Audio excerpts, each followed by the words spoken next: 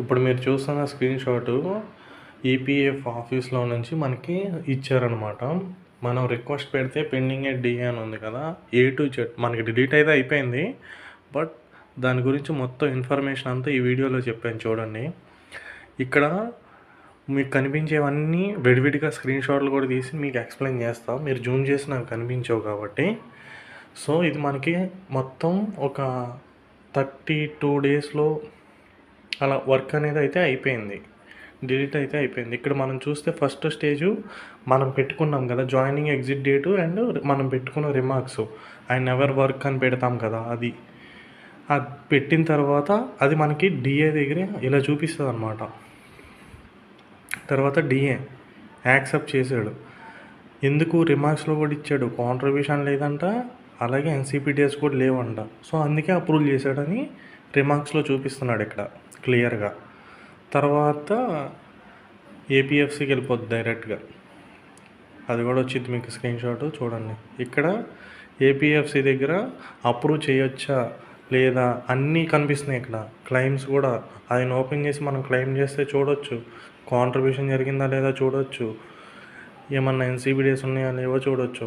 అన్నీ చూసుకున్న తర్వాతే అప్రూవ్ చేయొచ్చా లేదా అని ఇక్కడ క్లిక్ చేస్తే చాలా అప్రూవల్ అయిపోద్ది అనమాట. ఆయన ఇది మనకి అప్రూవల్ అయిపోయింది.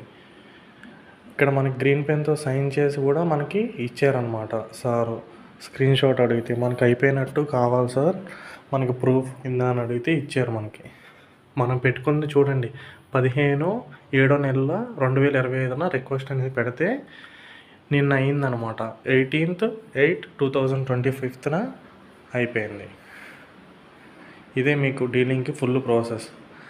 అలానే అందరూ చేసుకోలేరు డీలింగు.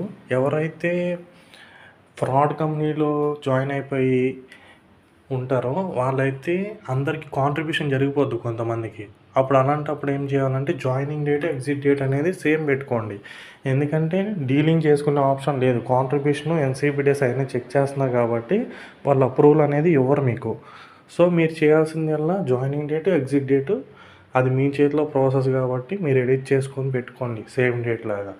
అప్పుడు వన్ డేనే వర్క్ చేశారు కాబట్టి ఎంప్లాయర్ కూడా ఏమనరు మీరు బ్యాక్గ్రౌండ్ వెరిఫికేషన్లో. ఇక్కడ చూస్తున్నారు చూసారా, 29th August 2022 ఇలా ఎడిట్ చేసి ఇస్తాం. ఎవరైతే 1 month 2 month 3 months చేసి ఆ కంపెనీలో నచ్చక లేకపోతే అది ఫ్రాడ్ కంపెనీ అని చెప్పి ఎవరైతే ఎగ్జిట్ అయిపోతారో వాళ్ళు మన దగ్గర ఇలా ఎడిట్ చేయించుకోవచ్చు డేట్ని అనేది.